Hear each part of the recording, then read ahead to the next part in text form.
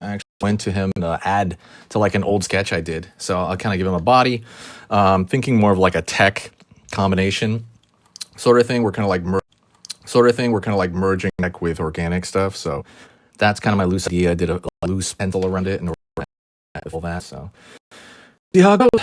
So let's do it. So this is a sketch, and the idea of a sketch is I'm pretty much not planning it that hard. Like I did plan it, of course. Like you see my loose pencils on, and like a lot of it is not gonna be like not like spending a tremendous amount of time on exactly what this is, gonna be. And a lot of stuff is left in the air, and that's what's kind of like fun about sketchbook sketches is you want kind of think about it that way. You want to think about it as like, okay, this is something where, maybe my creative mind comes out. This is like your creative gym, right?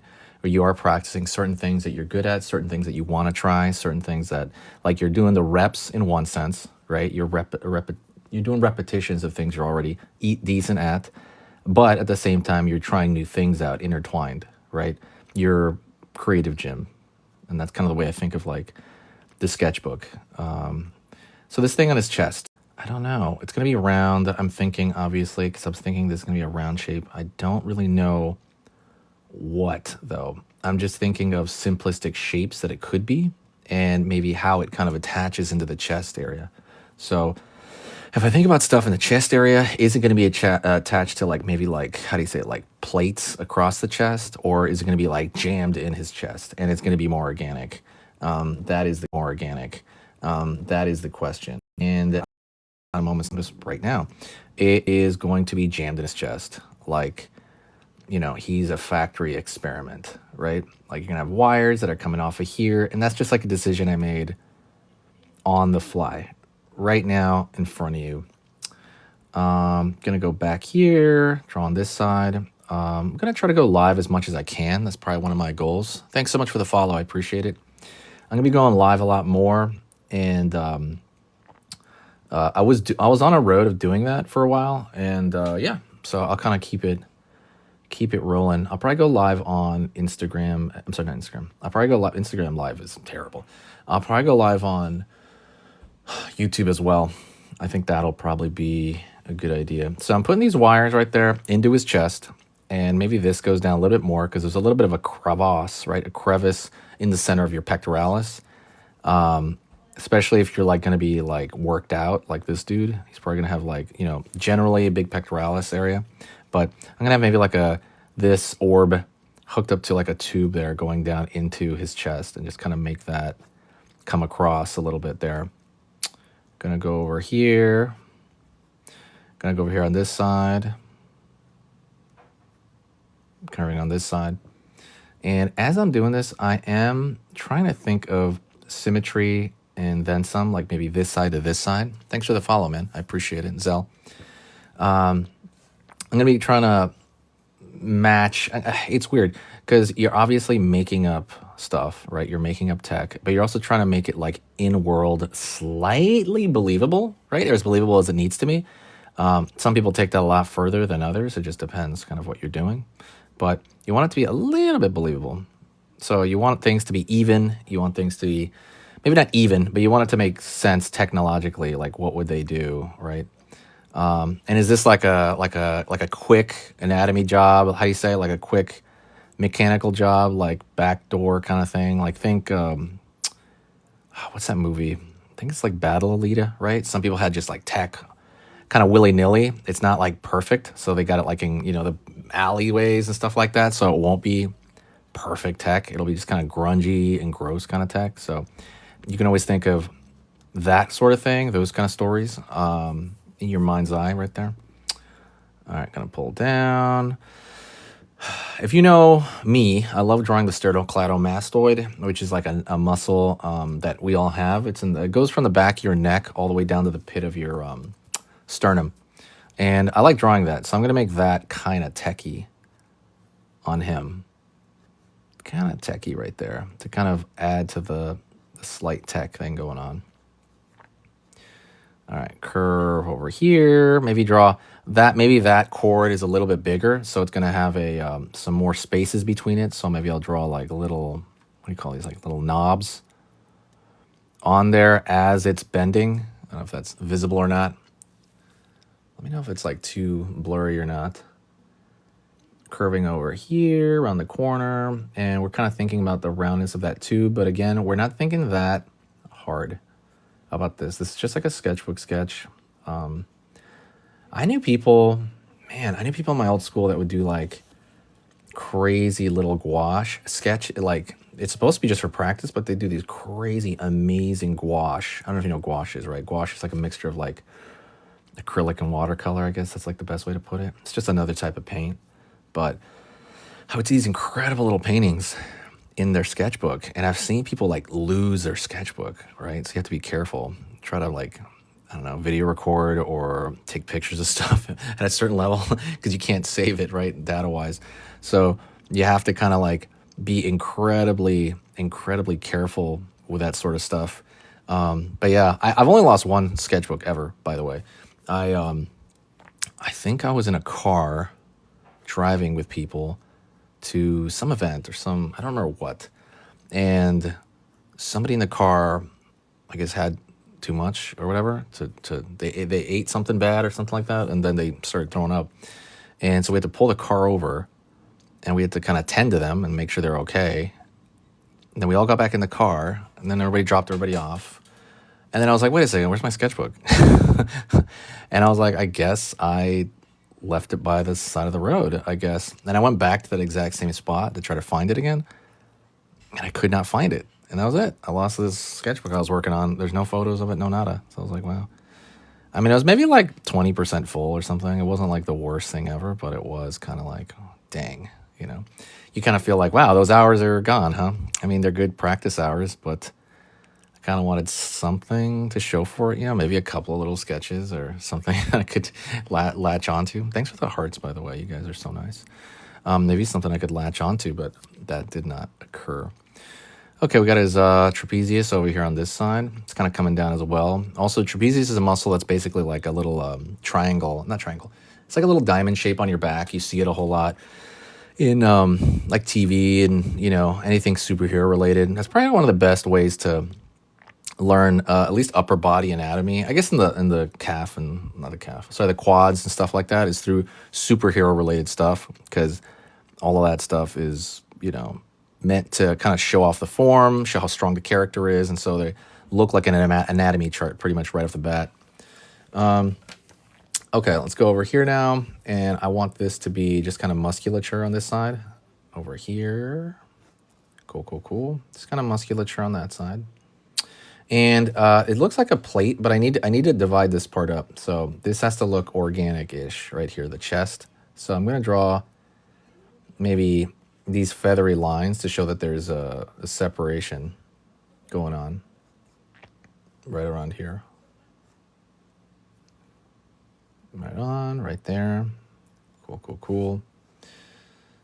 And yeah, right there. Curve over here, kind of going down into the kind of rib cage area, and it's gonna kind of go off the page, right? So we're kind of thinking like this isn't that big a deal because it's gonna go off the page. So one thing that's really important to pay attention to is even if it's close to the end of the page, you really don't want to, like, how do you say it? Like half-ass it or whatever. You really don't want to do that because it looks like that. Like I see people do that a lot with like feet, right? Like when they draw a character's feet, a la Rob Liefeld. You know, you just kind of like half-ass it. You put it in there. You're like, oh man, no one's gonna look at that. And then just like Rob Liefeld, although Rob Liefeld was famous, people like create memes about it and go like, yo, he did not pay attention when he drew this at all.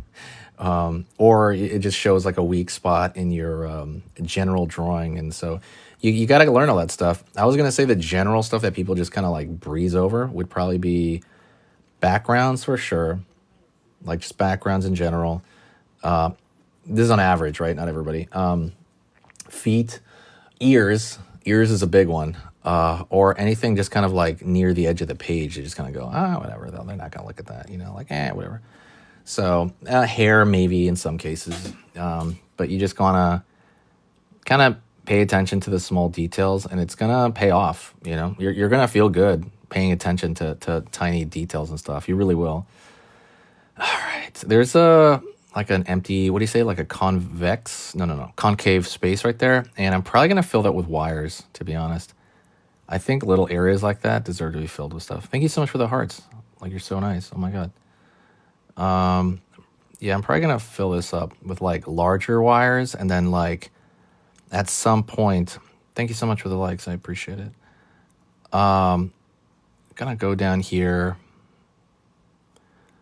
And right now, see, right now I'm not putting a lot of thought. I'm just putting larger things right there, and then I'm slowly filling up some crevices here with smaller wires. All right, pretty good so far. All right, let's go to the thing on his back. So as far as stories go on his back, I guess if I was to think of like, I was thinking of an idea, right, as I was drawing him, but as I'm thinking of like rando story ideas, his head to me looks a little like a cactus, maybe he's related to a cactus. I don't know. I'm trying to like, retroactively maybe add some story to him that I'm not sure of, right?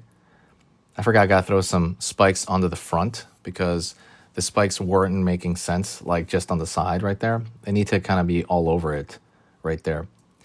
I was also kind of thinking of like maybe like putting a little, this is gonna be hard, putting a little character here, maybe something on his back that's controlling him, like a parasite. That was also kind of an idea as well before. I don't know how I could make that come off. And that's what's cool about this as a thought exercise. You're kind of thinking like, all right, how do I make this come off to the viewer? How do I make this, I wouldn't say obvious, but obvious enough where someone could figure it out. Like, okay, there's a parasitic creature on his back that's in like some form of tech. Like, how could I make that occur? I don't know. Let's see. I'm putting in those shapes right there, and I'm going to put those shapes in. Thanks so much for the roses. Oh my God, thank you so much. Twisted Tea. You're amazing.